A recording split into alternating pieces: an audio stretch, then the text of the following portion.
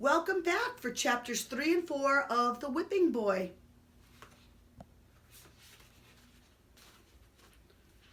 Chapter 3, The Runaways. On a night when the moon gazed down like an evil eye, the young prince appeared in Jemmy's chamber. "Boy, tumble out of bed. I need a manservant." Jemmy saw that the prince was wearing a black cloak and carrying a wicker basket the size of a sea chest. "What you up to now? Walking in your royal sleep, are ya?"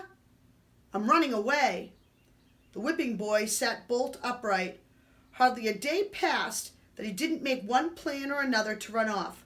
But a prince? What horrible new mischief was this? "You can't hop off like you was common folks. What's biting you?" "I'm bored," said the prince. "With dumping bullfrogs in the moat so no one got a wink of sleep?" "Boring."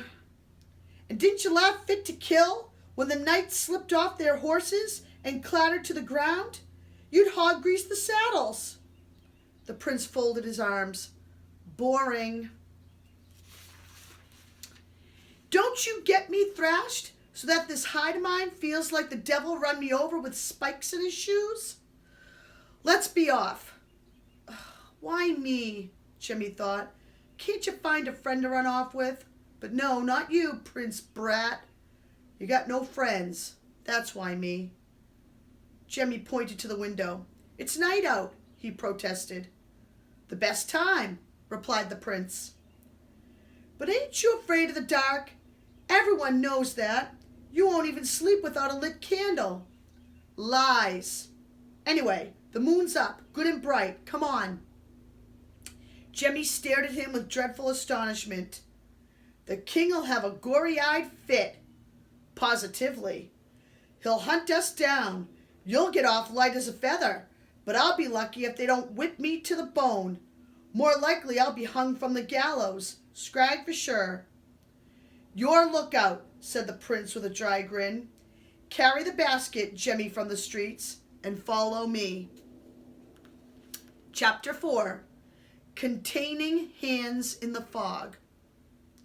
The night moon had lit their way like a lantern, but by dawn the runaways, double-mounted on a horse from the castle stable, were hopelessly lost.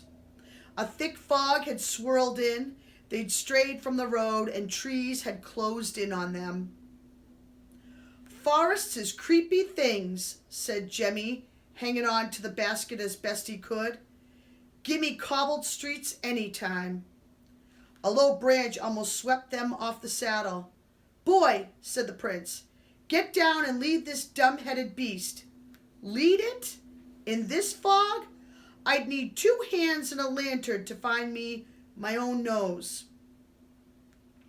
But Jemmy slipped off the saddle. A plan had been tumbling about in his head. "Here's your chance, Jemmy," he told himself. "Slip away in the fog. Run for it. No more whippings for you, not if you can't be found. The great sewers, Jemmy, that's the place to hide." "What's keeping you?" asked the prince. "Grab the halter."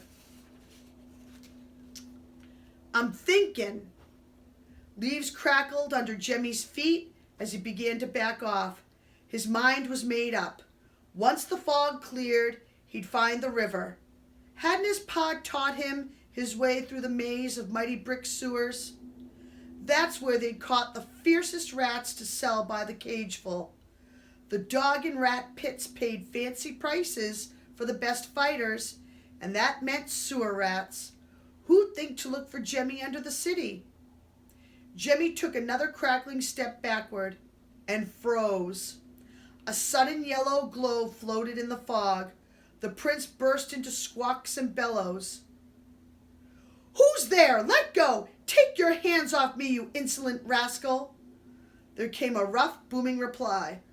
"Well, what have we got here?" The glowing lantern swayed. "A noisy brat on a fine beast of a horse." Jemmy edged closer. A cutthroat, he thought. Like a snake striking, a ghostly hand darted through the fog and clutched his arm. A second cutthroat. Jemmy looked up and barely made out a long, bony face with hollow cheeks and a nose like a meat cleaver.